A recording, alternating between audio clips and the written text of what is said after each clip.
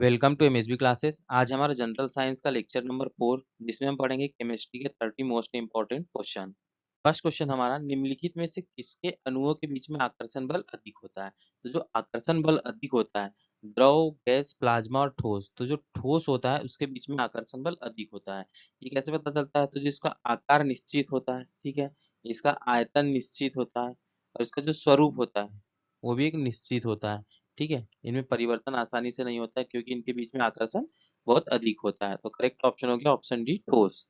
Next question है, पदार्थ के संदर्भ में निम्न में से कौन सा कथन सही नहीं है? तो गलत है वो हमें बताना है। ठीक है, तो हम पढ़ते हैं एक करके। पदार्थ के कणों के बीच कोई आकर्षण बल नहीं होता है, तो ये गलत है, मतलब ये ऑप्शन सही है। कैसे? क्योंकि पदार्थों के जो अणु होते हैं उनके बीच जो कण होते हैं उनके बीच में आकर्षण बल होता है। नेक्स्ट पढ़ते हैं, पदार्थ के कणों द्रव और वायु में सतत स्थानांतरित होते हैं। ठीक है, स्थानांतरित होते हैं मतलब गतिशील होते हैं, तो ये भी सही है। पदार्थ कणों से मिलकर बना होता है, तो बिल्कुल जो पदार्थ होते हैं हमारे कणों से मिलकर बनते हैं। वो क्या हो सकते हैं? अणु, परमाणु हो सकते हैं। पदार्थ के कणों के बीच में अंतर होता है, तो ये भी सही है, पदार्थ के कणों के बीच में क्या होता है? अंतर होता है। नेक्स्ट क्वेश्चन हमारा, ठोस के कणों के संदर्भ में निम्न में से क्या सही है? ठीक है, ठोस के संदर्भ में क्या सही है हमें बताना है। ये यादृच्छिक रूप से गतिशील होते हैं, तो बिल्कुल ठोस के कण गतिशील नहीं होते। पहले हम ठोस की कुछ विशेषताएं देख लेते हैं। तो ठोस होते हैं, इनका आकार और आयतन क्या होता है? निश्चित होता है। आयतन निश्चित होता है। जो ठोस के कण होते हैं इनके बीच में आकर्षण जो होता है, बीच का आकर्षण बहुत अधिक होता है। आकर्षण अधिक होता है, अधिक होता है। ठीक, और जो ठोस के कण होते हैं वो संपीड़ित नहीं होते हैं। संपीड़ित नहीं होते मतलब इनको दबाया नहीं जा सकता है। ठीक है, और ये कठोर होते हैं। कठोर होते हैं और संपीड़ित नहीं होते हैं। ठीक है, इनका जो घनत्व होता है वो गैस और द्रव की तुलना में अधिक होता है। गैस और द्रव से अधिक होता है, से अधिक होगा। ठीक है, और ये व्यवस्थित तरीके से विन्यासित होते हैं, मतलब जमे होते हैं व्यवस्थित तरीके से। इसके कारण क्या होता है कि इनका जो व्यवस्थित तरीके से विन्यासित होता है तो जिनका गलनांक होता है वो अधिक होता है।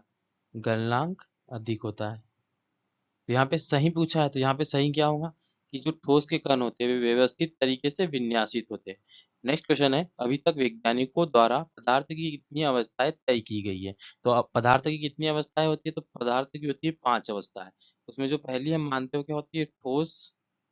ठीक है, दूसरी हो गई द्रव, तीसरी हो गई गैस, ठीक है, चौथी हो गई प्लाज्मा, और जो पांचवी अवस्था होती है जो परम शून्य मतलब -273 डिग्री पर आती है, 72 डिग्री, ठीक है, तापमान पे आती है, इसको परम शून्य बोलते हैं। तो वो होती है कौन सी? Bohr Einstein. ठीक है, तो पदार्थ की कितनी अवस्थाएं हो गई? 5। Correct option option B. Next question है, खालिस्तान में विसरण अत्यधिक तीव्रता से होता है। विसरण मतलब उसमें कोई भी चीज आसानी से फैल जाती है, तो वो होता है गैसों। तो जो गैस होती है उसमें विसरण अत्यधिक तीव्रता से मतलब अत्यधिक तेजी से होता है। नेक्स्ट क्वेश्चन है, निम्नलिखित में से कौन सा कथन गलत है? ये मैं बताना है।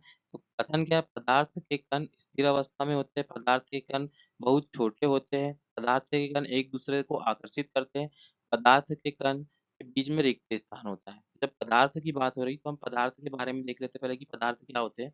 जो पदार्थ होते हैं वो छोटे-छोटे कणों से मिलकर बने होते हैं, ठीक है? कणों से मिलकर बने होते हैं, कणों से मिलकर मिलकर बने होते हैं। और जो कण होते हैं वो अत्यधिक सूक्ष्म होते हैं, अत्यधिक सूक्ष्म कण होते हैं, सूक्ष्म कण होते हैं।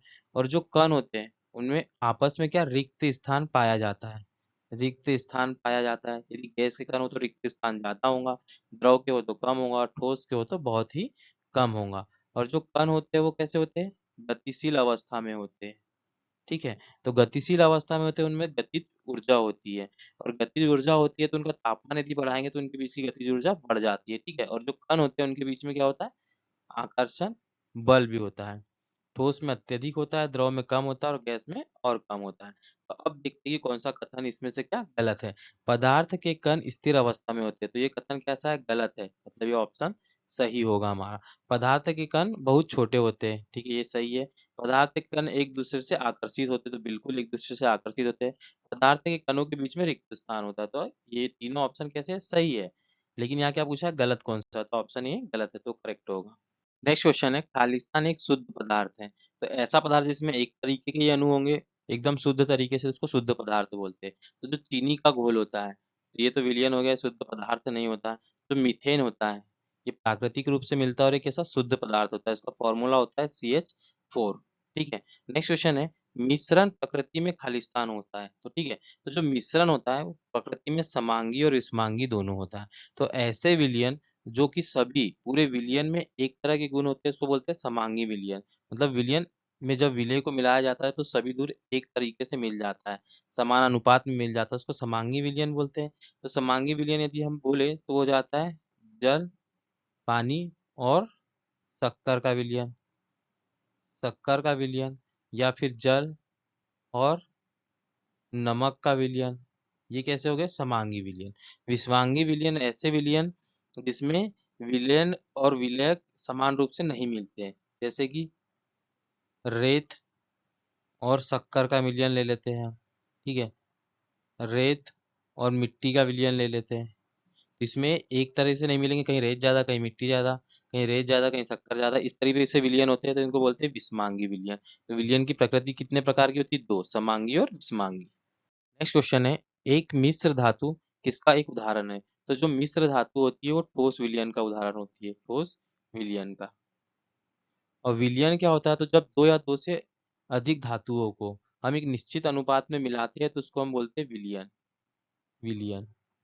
और जो विलयन होता है वो कैसा? समांगी मिश्रण होता है, समांगी मिश्रण। ठीक है, तो ये क्या हो गया करेक्ट ऑप्शन? ठोस विलयन। और इसका एक उदाहरण यदि हम देखें मिश्र धातु का, तो जब हम तांबे को प्लस जस्ता को मिलाएंगे तो वो बन के आएगा हमारा क्या? पीतल। ठीक है, तो इसका एक उदाहरण हो गया। नेक्स्ट क्वेश्चन है, निम्नलिखित में से कौन सा एक विषमांगी विलयन है? ठीक है, विषमांगी विलयन हमने अभी पढ़ा। तो पीतल, तो पीतल में तांबा और जो जस्ता होता है एक निश्चित अनुपात में मिला होता है, तो ये समांगी मिश्रण होगा।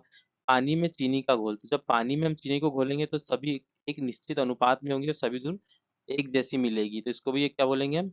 समांगी। वायु, तो जब वायु की बात करें तो उसमें भी गैसें क्या है? एक निश्चित मात्रा में होती है और फिर सभी दूर समान मात्रा में होती है, तो ये भी क्या हो गया? समांगी। और जो दूध होता है, वो दूध में जो फैट होते हैं और सारी चीजें होती है वो एक निश्चित अनुपात में सभी दूर एक जैसी नहीं होती है, तो जो दूध होता है वो विषवांगी मिलियन होता है। तो करेक्ट ऑप्शन क्या हो गया? Option D.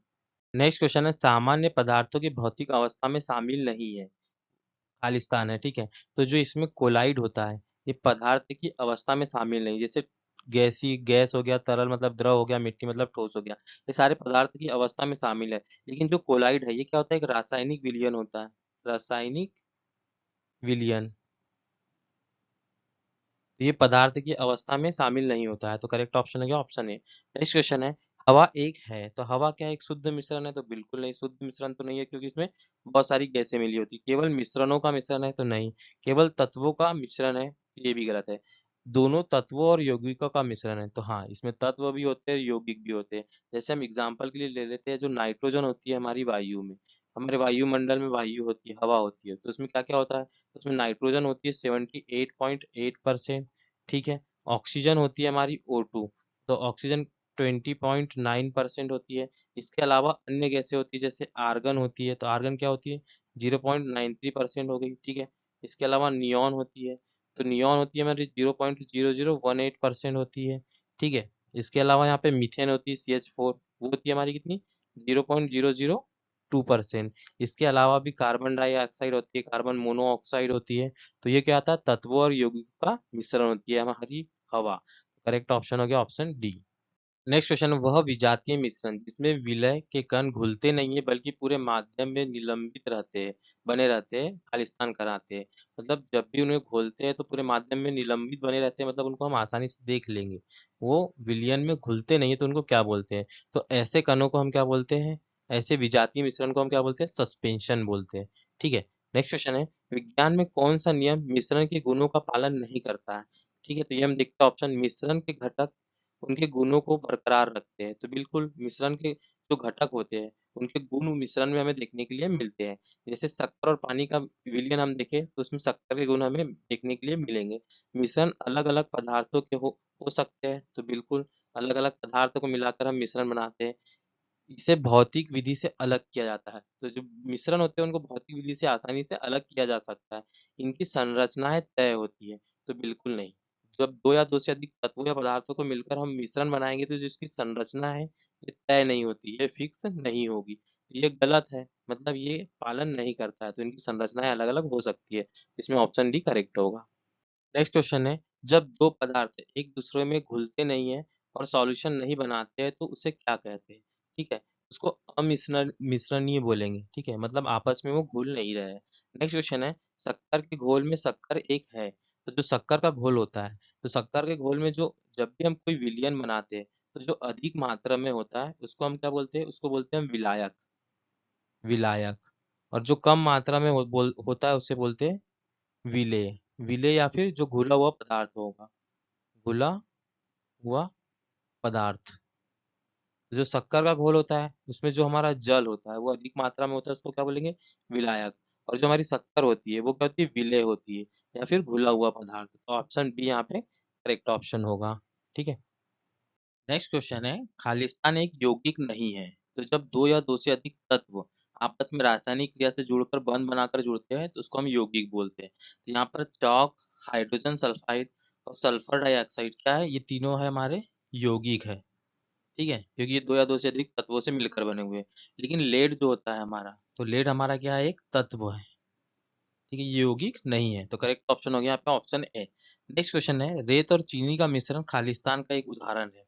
तो रेत और चीनी को जब आपस में मिलाया जाता है तो वो मिलती नहीं है, तो एक क्या होता है? एक विजातीय मिश्रण होता है। ठीक है, और रेत और चीनी का मिश्रण क्या? विषमांगी मिश्रण भी होता है, विषमांगी मिश्रण। ठीक है, तो करेक्ट ऑप्शन यहाँ पे ऑप्शन ए हो गया। नेक्स्ट क्वेश्चन है, निम्नलिखित में से कौन सा भौतिक परिवर्तन नहीं है? यहाँ पे पूछा है। तो जो भौतिक परिवर्तन होते हैं उसमें क्या होता है? जब 2 या 2 से अधिक पदार्थ मिलकर एक नए पदार्थ को बनाते हैं और उसके गुण जो होंगे वो पुराने पदार्थ की तरह ही होंगे, तो उसको बोलते हैं भौतिक परिवर्तन। और जो गुण नए तरीके से जो नया पदार्थ बना उसके गुण क्या होंगे? अलग होंगे, तो उसको बोलते हैं हम रासायनिक परिवर्तन। तो हम अभी ऑप्शन देखते हैं, ठोसों का द्रवों में पिघलना। जब किसी ठोस को द्रव में पिघलाते हैं हम, तो कौन-सा भौतिक परिवर्तन होगा? क्योंकि जो पिघला हुआ पदार्थ होगा उसका गुण ठोस की तरह होगा। गैसों का द्रवों में द्रवीकरण, जब गैस को हम हाई दबाव पे, ठीक है, उच्च दबाव पे बनाएँगे तो उसका द्रवीकरण हो जाता है, लेकिन उसके गुण कैसे होंगे? वही गैस की तरह होंगे, तो ये भी क्या होगा? भौतिक परिवर्तन, ठीक है। द्रवों का गैसों में वाष्पीकरण, जैसे जल है हमारा, उसको हम गर्म करके वाष्पीकृत करेंगे तो भाप बन जाएँगे, लेकिन उसके गुण कैसे होंगे? जल की तरह होंगे, तो ये भी क्या होगा? एक भौतिक परिवर्तन। लेकिन जो पदार्थ का किण्वन होता है, ये क्या है? एक रासायनिक परिवर्तन है। इसके उदाहरण देखें तो हम क्या?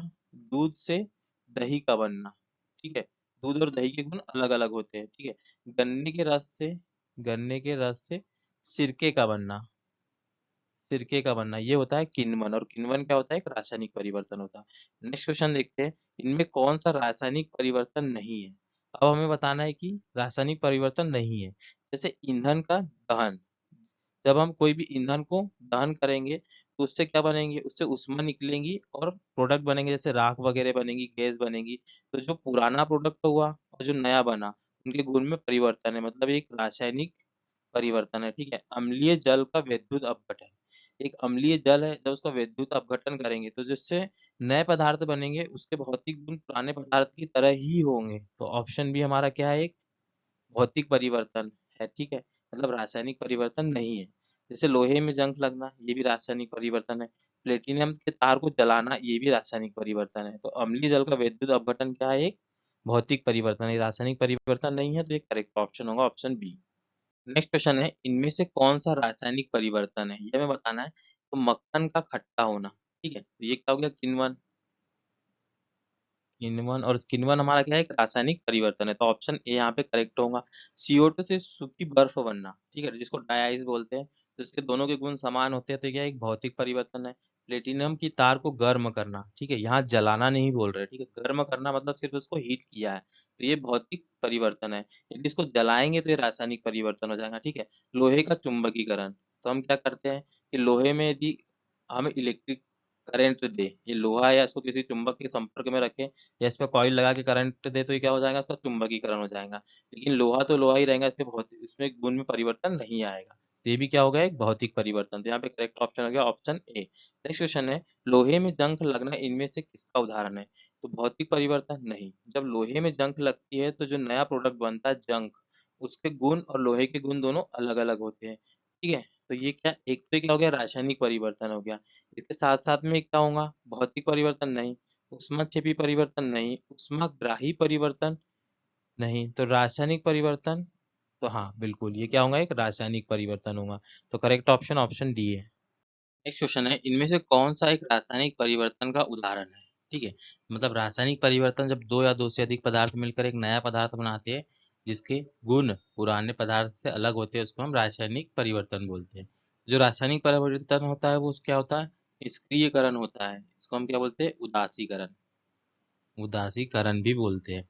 इस क्रिया में क्या होता है कि जब अम्ल और क्षार को क्रिया किया जाती है तो क्या बनता है, लवण और पानी बनता है। लवण और पानी बनता है, यानी जल बनता है। तो इस क्रिया को क्या बोलते हैं हम, ये एक रासायनिक परिवर्तन होता है।